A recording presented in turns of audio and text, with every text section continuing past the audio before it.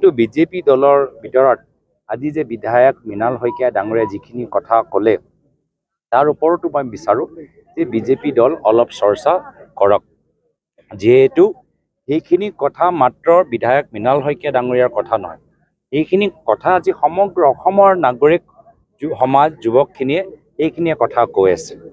আজি কলেজৰ ছাত্ৰ ছাত্ৰীৰ পৰা প্ৰফেচাৰলৈকে বুদ্ধিজীৱীসকলৰ পৰা খেতিয়কসকললৈকে আজি সকলোৱে অসমৰ ভৱিষ্যতলৈ শংকিত।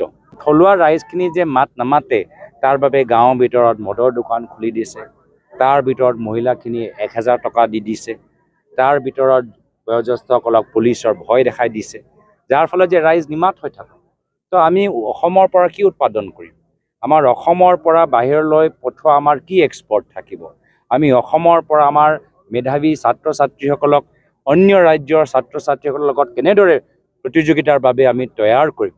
এইখিনি প্ৰশ্ন যে মানুহৰ মনত নোসোমায় তাৰ বাবে তেওঁলোকে হিমন্ত বিশ্ব শৰ্মা ডাঙৰীয়া ৰণকৌশল তৈয়াৰ কৰিছে। কিন্তু মই ভাবোঁ যে যিখিনি কথা আজি মৃণাল শইকীয়া ডাঙৰীয়া কৈছে সেইটো খালি মৃণাল শইকীয়াৰ কথা নহয়, অসমৰ ৰাইজৰ কথাখিনি এয়ালৈ চিন্তিত, আমিও চিন্তিত। আমাৰ ইতিমধ্যে আমি প্ৰায় প্ৰত্যেক জিলাৰ ভিতৰত 2জন বা 3জনকৈ আমি অবজাৰ্ভাৰ পঠাইছোঁ। তেওঁলোকে আমাক ৰিপৰ্ট দিব। যদি আপোনালোকে অবজাৰ্ভাৰ টিমটো চাই তাত আধা তাত যুৱক বা যুৱতী যিসকলৰ যুৱক কংগ্ৰেছ বা NSY অভিজ্ঞতা আছে, লগতে আমি জ্যেষ্ঠসকলো আমি লৈছোঁ। BTR মই তামোলপুৰত অলপ দিন আগতে গ'লোঁ, তাত যথেষ্ট ভাল মই এটা প্ৰভাৱ দেখা পালোঁ। কংগ্ৰেছে তাত বহুত দিনৰ পৰা লাগি আছে আৰু এইবাৰ BTR অঞ্চলত বড়ো মানুহ অবড়ো মানুহবোৰ সকলোৱে বিচাৰে যে কংগ্ৰেছ দল আগতকৈ আৰু বেছি শক্তিশালী হ'ব।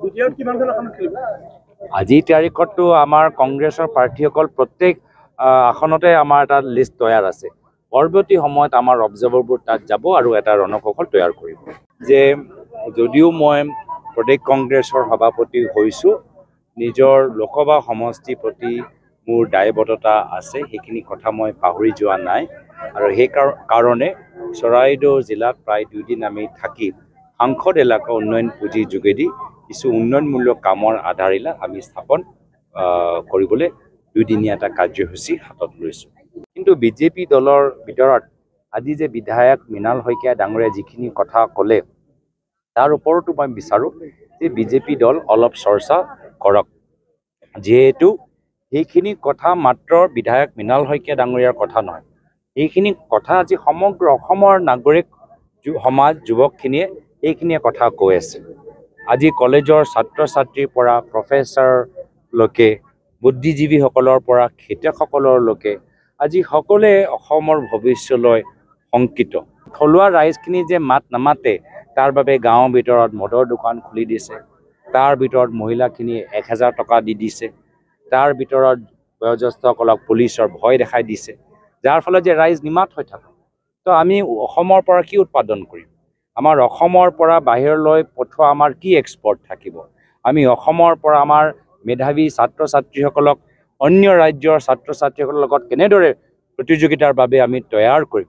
এইখিনি প্ৰশ্ন যে মানুহৰ মনত নোসোমায় তাৰ বাবে তেওঁলোকে হিমন্ত বিশ্ব শৰ্মা ডাঙৰীয়া ৰণকৌশল তৈয়াৰ কৰিছে।